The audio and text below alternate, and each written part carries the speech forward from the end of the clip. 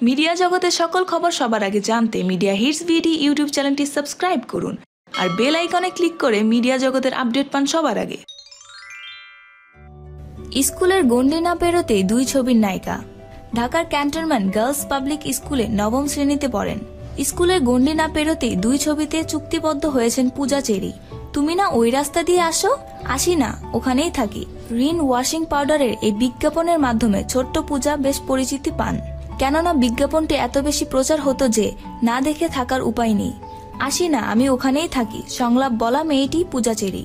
গত 6 এপ্রিল পোড়ামন 2 ছবির নায়িকা হিসেবে নাম ঘোষণা করা হয় পূজার।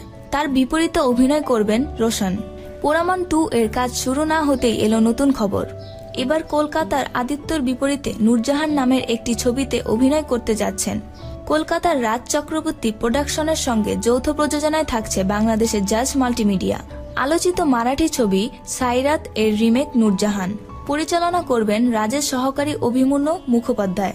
নায়িকা হিসেবে পূজা চেরি কেমন হতে পারে তা জেনে আমাদের কমেন্ট করুন আর আমাদের চ্যানেলটি সাবস্ক্রাইব করে আমাদের সঙ্গেই থাকুন।